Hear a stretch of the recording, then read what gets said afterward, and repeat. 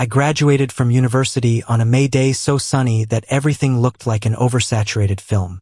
The sky was ridiculously blue. Graduation caps flew into the air, cheers crashing into my ears like waves. People say that moment is a milestone, the boundary between youth and real life. But standing in the vast lawn of the campus, I didn't feel like I was stepping into a new world. I just felt like I was leaving. My name is Flynn, 22 years old, bachelor's degree in communications in hand, a job offer that's decent at a marketing company in Chicago, and a heart full of questions no one could answer for me. I'm not the blindly dreamy type, but I've always believed that life after college would be different, that every morning would mean more, that I'd know where I was going. I didn't expect that the biggest difference would be Anders no longer being there every day. Anders stood a few steps away from me as we took graduation photos. He was a bit taller than me, broad shoulders, light brown hair neatly combed but with a few deliberate strands out of place, as if he didn't want to look too polished. Anders studied architecture, a field I never really understood, but it suited the way he saw the world. Slowly, deeply, and always noticing details others overlooked. We met in our sophomore year in an evening elective class. No lightning strike of love, no background music. Just two guys sitting next to each other because there were no seats left, complaining about assignments, then grabbing cheap beers after class. Things between us developed in a very decent way. No rus, no noise. As if we were both afraid of breaking something fragile that we hadn't even named yet. But by the time we realized it, it was too late. Or rather, exactly the right time. After the ceremony, Anders pulled me away from the crowd. He smiled, but I could tell it wasn't entirely comfortable. "You okay?" Anders asked. I nodded. "I think so. You?" "Yeah." He took a deep breath. "I'm moving to Seattle next week." I already knew that. We'd talked about it. Graduate scholarship, a prestigious architecture firm, a new city. But hearing him say it, my heart sank like someone had placed an ice cube in my chest. "And you?" Anders asked next. "Chicago. Next Monday." I smiled. "Grown up now." Anders laughed along, but his eyes didn't leave me. Some things didn't need to be said out loud. Between us, there were always silences like that. Not awkward, but full of unspoken things. That evening, we sat on the floor of my apartment, amid unpacked cardboard boxes. Cold pizza, warm beer. The city outside the window buzzed as if it never cared about two guys trying to memorize every little detail of each other. "I'm scared," Anders said very softly. I turned to look at him. "Scared of what?" "Scared that when we step into real life we'll become different versions." He shrugged. "Less decent, less patient." I didn't answer right away. I thought about unsent work emails, morning traffic jams, evenings so tired I just wanted silence. I thought about how hard it would be to love someone in that world. "I don't want to lose you," I said. For the first time, I said it without hiding behind a joke. Anders turned fully toward me. The yellow light made his eyes look strangely warm. "Me neither." We kissed then, not passionately, not rushed. Just a slow kiss, as if we were both learning how to say goodbye and promise at the same time. When his forehead rested against mine, I realized that love isn't always about holding on. Sometimes, love is accepting distance, with the faith that what's enduring and decent won't easily fade. My first day at work in Chicago started with a rainy morning. I stood in the elevator, new shirt, stiff shoes, palms sweaty. The new life didn't greet me with fireworks. It greeted me with overlapping CC emails and nameless meetings. But that evening, when I got back to my small apartment, my phone buzzed. A message from Anders. "I'm in Seattle. Rainy, but beautiful. Miss you." I leaned against the wall, smiling to myself. Maybe this was the start of our love. Not in the easy college years, but right in this moment. When we both started working, started getting tired, started learning to love each other in real life. And I had no idea how much the road ahead would test us. The first 3 months of work taught me a quick lesson. Real life has no soundtrack. No beautiful montage for crowded subway mornings. Gulp down cold coffee in front of screens. Or just circling back emails sent at 11 p.m. Adult life unfolds steadily, without climaxes, but drains energy slowly. Chicago summers are hot and humid. My office was on the 12th floor, big glass windows overlooking streets always packed with cars. I was the new guy, the youngest in the room and the quietest. Not because I had nothing to say, but because I always felt on the edge, as if one slip would push me out. Anders called me almost every night. Some days we talked for an hour. Some days just a few minutes before one of us collapsed from exhaustion. Seattle and Chicago are 2 time zones apart. But the real distance wasn't in time. It was in the little things. I didn't know who Anders had lunch with. He didn't know I just had my plan revised by the boss for the 4th time. Those seemingly trivial things, when not shared in time, started creating strange gaps. "Are you listening?" Anders asked once, his voice dropping a bit. I snapped out of it. "Yeah, sorry. I was just thinking." "About what?" I hesitated. I didn't want to turn him into a dumping ground for my fatigue. "About work." Anders was silent for a few seconds. "You don't have to be strong with me, Flynn." That sentence choked me up. I rested my head against the sofa back, staring at the dim ceiling. "I don't know how to say it," I admitted. "Everything just weighs heavier." "Yeah," he said. "Same here." We didn't try to console each other with empty words. No one said everything will be fine lightly. We just acknowledged, yes, it's hard. And somehow that acknowledgement made me feel lighter. At the end of August, Anders flew to Chicago for a weekend. I picked him up at O'Hare, amid the rushing crowd with suitcases. When I saw him from afar, I noticed he'd lost a little weight. Shoulders still broad, gait familiar, but something steadier in his eyes. We hugged for a long time in the arrivals hall. Didn't care about the stairs. Feeling his body against mine made my heart race foolishly, like we were falling in love for the first time. My apartment was smaller than I remembered. We lay next to each other on the small bed, window cracked open for the night breeze. The city outside didn't sleep, but in that space, everything seemed to slow down. "Do you regret it?" Anders asked, as we lay facing each other. "Regret what?" "Choosing to love when everything is uncertain."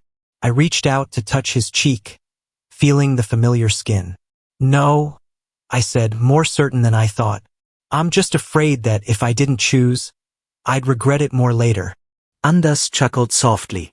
"Me too." We made love that night, not as intensely as in college days.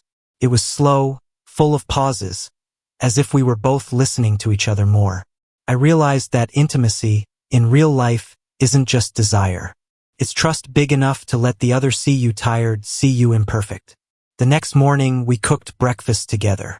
Eggs a bit burnt, bread too dry, but we ate it all, sitting on the kitchen floor, backs against the fridge. "Do you think we'll be okay?"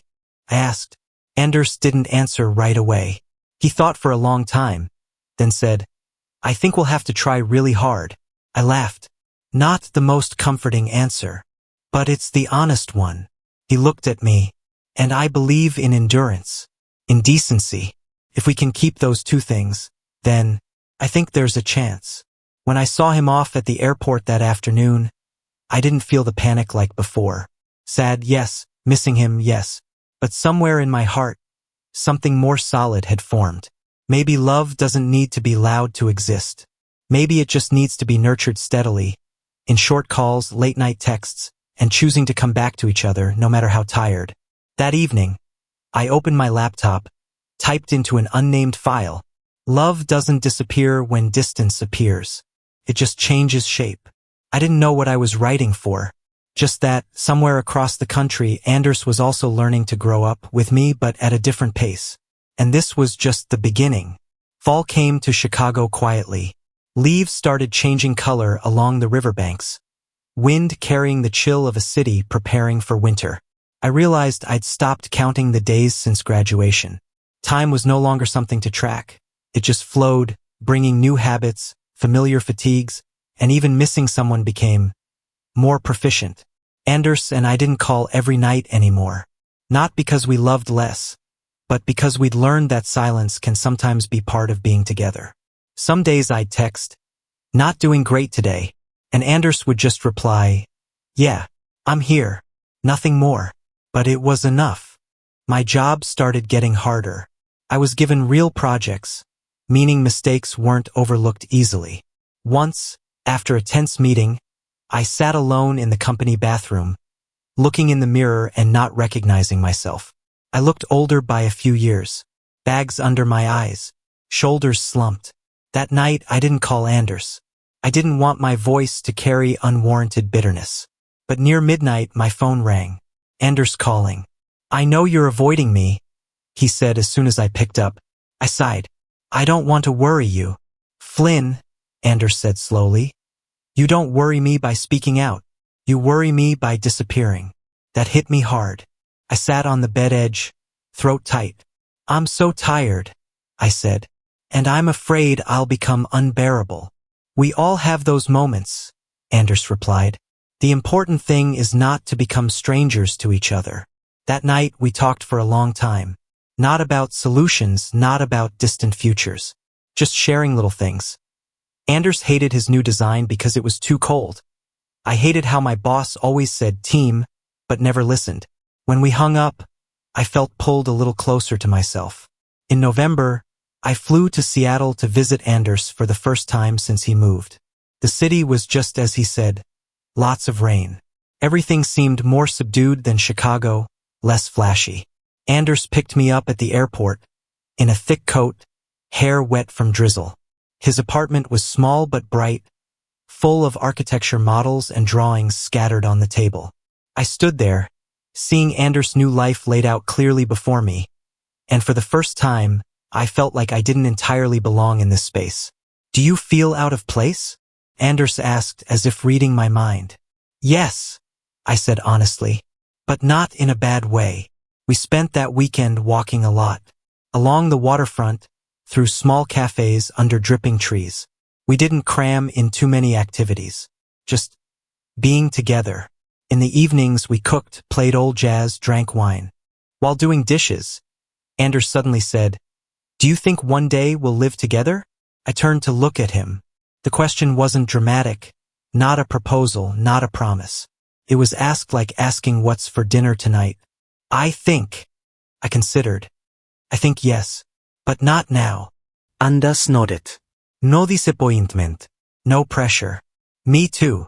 That night, as we lay next to each other, I realized something that made my heart ache and warm at once. Enduring love isn't always about moving forward. It knows when to pause, to wait, to not force the other to run faster than they can. The next morning, before I headed to the airport, Anders hugged me from behind, chin on my shoulder. "Thanks for not giving up," he said. I turned, looking straight into his eyes. "Thanks for staying, even when it's hard." On the flight back to Chicago, I looked out the window at the endless white clouds like the gaps between us. But this time, those gaps weren't scary. They were space for us both to grow separately but still toward the same point. I opened my phone, typed a message. "I'm heading home. Miss you." A few minutes later, Anders replied, "Me too. Always." And I understood that our love wasn't built on grand vows, but on very human endurance, and decency lasting enough not to hurt each other while growing up. The first winter after graduation was the longest of my life. Not because of more snow or Chicago being colder than usual, but because I started feeling clearly what it means to live a life without a draft. Every decision now leaves a mark. Every choice has its price. And love, the once shelter, now had to learn to survive in those harsh conditions. My company laid off staff in January. My name wasn't on the list, but I wasn't carefree anymore. The office atmosphere changed completely. People talked less, laughed less. I took on work from a departed colleague, no raise, just more responsibility. I started staying late, coming home when the subway was sparse. Anders noticed my change before I even admitted it. "You're making yourself disappear," he said on a video call. His face on the laptop screen, Seattle living room light casting on him, making him look tired but still present.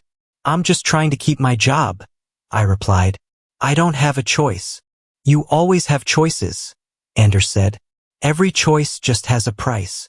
I fell silent. I didn't want to argue, but in my heart, a hard-to-name feeling started forming, as if our love was being weighed against career, rent, and a vague future. We had our first fight on a Friday night. Not over jealousy, not over a third person, over me forgetting to call back. Just a small thing. But when Anders said, I feel like I'm always behind everything else in your life, I overreacted. I'm doing my best, I said, voice higher than usual. You think I want this? Anders didn't say you're not trying, he replied, tension rising. I just said I'm being left behind. The call ended without goodbyes. I sat alone in my dark apartment, the heater crackling. For the first time since loving Anders, I felt afraid, not of losing him, but of hurting the one I love in very quiet ways. 3 days later, Anders sent me a long email. Not a text, not a call, an email. He wrote about Seattle, about stressful work, about feeling lonely among people more talented than him, about not blaming me, but not wanting to shrink himself to fit my pace. The email ended with a very Anders line. I don't need you to be perfect. I just need you to be decent to yourself so you can be decent to me.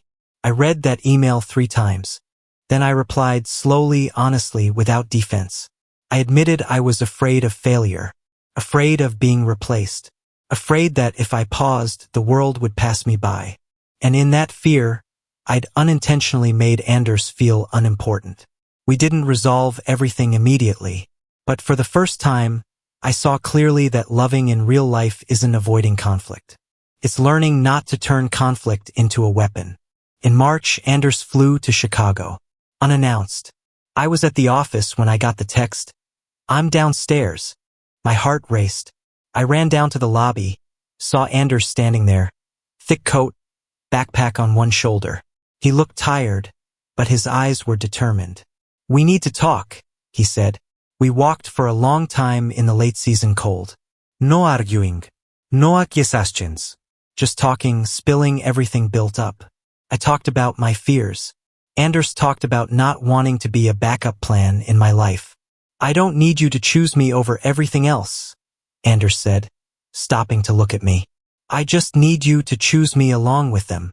I nodded, throat tight. I'm learning, but I need time. Yeah, he said. And I need to see you really learning, not just promising.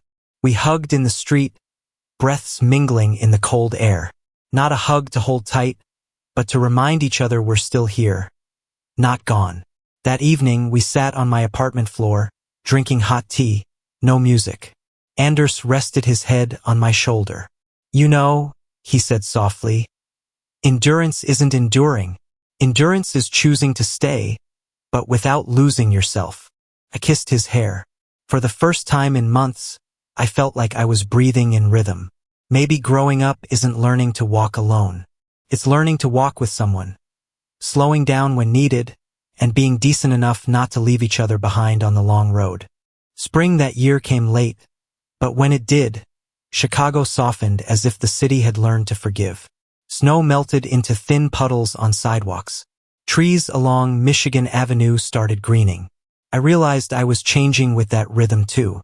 After Anders' visit, we set new rules. Not rigid laws, but decent agreements. If too tired, say so before disappearing. If hurt, say it while it's small. And most importantly, don't pretend to be okay when you're not. I started leaving the office a bit earlier, still getting work done. No one complained. My boss even said, "You're more efficient when not burned out."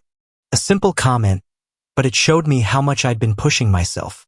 I called Anders every Sunday morning, not to report but to share, that I'd walked along the river, that the usual cafe changed baristas, that I was learning to cook for one but always made extra for two. Anders shared about his new project, a funny colleague, the feeling of truly belonging somewhere for the first time. In June, Anders graduated with his master's. I took 2 days off, flew to Seattle for the ceremony. Seeing him on stage, receiving his degree, a strange feeling rose in my chest. Not envy, not pressure, but pride. A quiet kind of pride, like my love was standing behind the lights, unseen. That evening, we sat on Anders' balcony, watching the city light up. Wind carried the salty sea smell. "Have you ever thought," Anders said, "if we'd met later, would it be easier?" I thought for a bit. Maybe, but we might not be as patient as we are now. Anders smiled. "Yeah, I like this version of us better." We sat in silence, hands intertwined. No need to fill the gaps. I realized that, after everything, what kept us wasn't promises of distant futures, but decency in the present. Choosing each day not to hurt each other, intentionally or not. At the end of summer, Anders got a job offer in San Francisco. A big opportunity. A clear step forward. He called me that night. No hiding, no beating around the bush. "I haven't replied yet," he said. "I wanted to tell you first." My heart tightened, but I took a deep breath. "Do you want to go?" "Yes," Anders said honestly. "But I also want to know where we fit in this decision." I looked out the window at the familiar Chicago sprawl. I loved this place. I loved Anders too. The two didn't exclude each other, but didn't automatically mesh. "I don't want you to turn it down because of me," I said.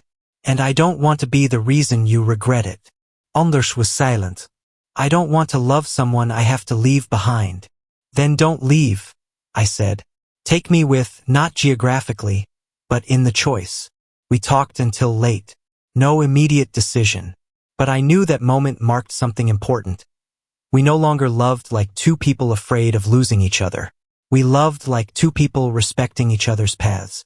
A week later, Anders accepted the job in San Francisco. And I didn't shatter like I once thought I would. We agreed on one clear thing. If distance started eroding the decency between us, we'd stop and face it. No dragging on in silence. No turning love into obligation. The night Anders moved, I stood alone in my Chicago apartment. Window open, night wind flooding in. I missed him, but I also felt a strange faith that love, nurtured by endurance and decency, isn't easily defeated by distance. I texted Anders. "I don't know what the future holds, but I know I'm choosing you every day." He replied almost immediately, "Me too, Flynn. And this time, I'm not afraid anymore." I smiled, set the phone down. Maybe happiness isn't reaching the destination at the same time. It's still recognizing each other, even on different paths. San Francisco entered my life not through sunny postcards, but through packed flight schedules and FaceTime calls where one of us was yawning. Anders moved in early fall. I saw him off at Midway Airport. We'd learned to say goodbye without making it an end. But I underestimated the emptiness after. Chicago suddenly expanded. Familiar streets grew longer. My apartment quiet enough to hear the wall clock. I no longer had a fixed day to look forward to. Everything between us now had to be carefully scheduled, like an important meeting between busy calendars. Anders liked San Francisco. He didn't hide it. The new job was more challenging, creative environment, open colleagues. I listened and was happy for him, but noticed in my voice occasional hollowness. Not jealousy, but learning not to compare. "You okay?" Anders asked on a late-night call. "I'm fine," he replied reflexively. He looked at me through the screen, long. "Flynn, you're being decent to me. But are you being decent to yourself?" That question stayed with me for days. I started writing for myself again. Short notes about feeling alone in the kitchen. About loving someone happy in another city. About the very human fear that, if I didn't move fast enough, I'd be left behind, even if no one meant to. In December, Anders came to Chicago for Christmas. We didn't decorate elaborately. Just a small tree, some gold lights. Snow fell thick on the 24th. City silent enough to hear my heartbeat. We sat on the sofa, wrapped in one blanket, old music on. "I used to think," Anders said, "that loving someone means always being certain." I turned to him.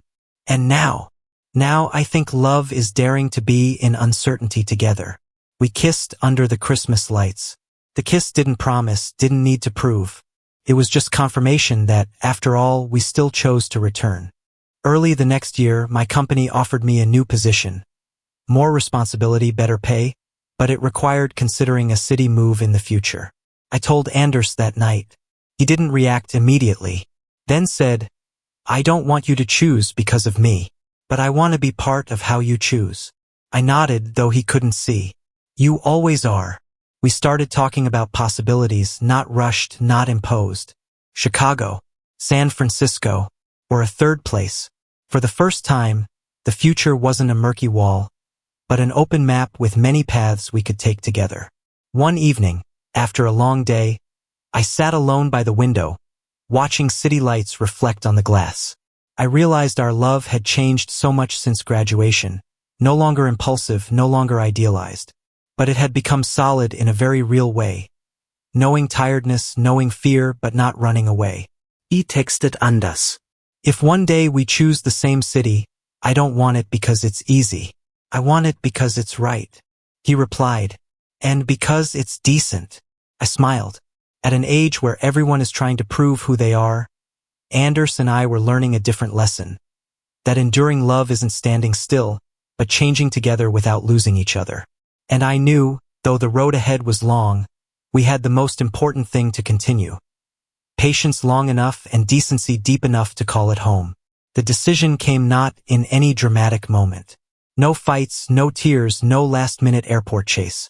It came on a very ordinary evening, when Anders and I were silent in different cities, each staring at our laptop screens, and both feeling enough. "I think," I said on the video call, "I want to move." Anders looked up, a bit surprised but not shocked. "San Francisco?" "Not exactly." I shook my head.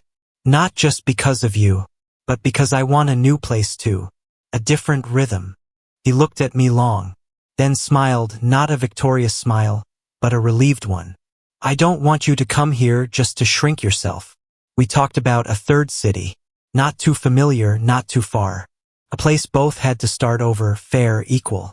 In the end, we chose Portland. Not glamorous like San Francisco, not harsh like Chicago, just a place with rain, trees, enough quiet for two people to grow together. I applied for a department transfer. Anders requested hybrid work. Things didn't go smoothly right away. Emails rejected. Nights I wondered if I was trading too much. But unlike before, I didn't hide those questions to myself. "I'm scared," I said one night.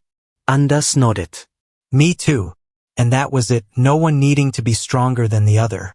The day I left Chicago, the city bid me farewell with light rain. I stood in the empty apartment, touching the wall where our photo once hung. I didn't feel loss. I felt grateful. Chicago had taught me to stand firm alone. Anders had taught me I didn't have to do it forever. We moved to Portland 2 weeks apart. Anders arrived first, rented a small apartment with big windows overlooking maple trees. The day I arrived, he waited at the airport, holding 2 hot coffees. "Welcome home," Anders said. I walked up, hugged him. This time, no temporary feel. No countdown clock. Just the present. The first months living together weren't a love song. We argued over cleaning, over mismatched schedules, over tiredness. But unlike before, we didn't silence to punish. We talked, sometimes clumsily, sometimes too bluntly, but always back to the same question: how to be more decent to each other. One evening, after a long day, I sat on the living room floor, back against the sofa. Anders brought me a cup of tea, sat beside me. "Are you happy?" he asked. I thought long, then answered, "Yes." Not the loud kind of happy, but the no longer straining kind. Anders smiled. Me too. I realized that, after all those years of long distance, the most precious thing wasn't how many challenges we'd overcome. It was not losing decency to each other while overcoming them. One Sunday morning, light rain, we cooked breakfast together. The small kitchen filled with coffee and toast smells. Anders stood behind me, arms around my waist. "If someone asked me what love is," he said softly, "I'd say it's choosing to stay, even when no one's applauding." I leaned my head against his chest. "And not forgetting to be decent, even to the one you love most." Outside, the rain still fell. Not fiercely, not rushed, like our love, enduring, slow, and real enough to last through the very human years ahead. And for the first time since graduation, I was living a life I didn't need to escape from.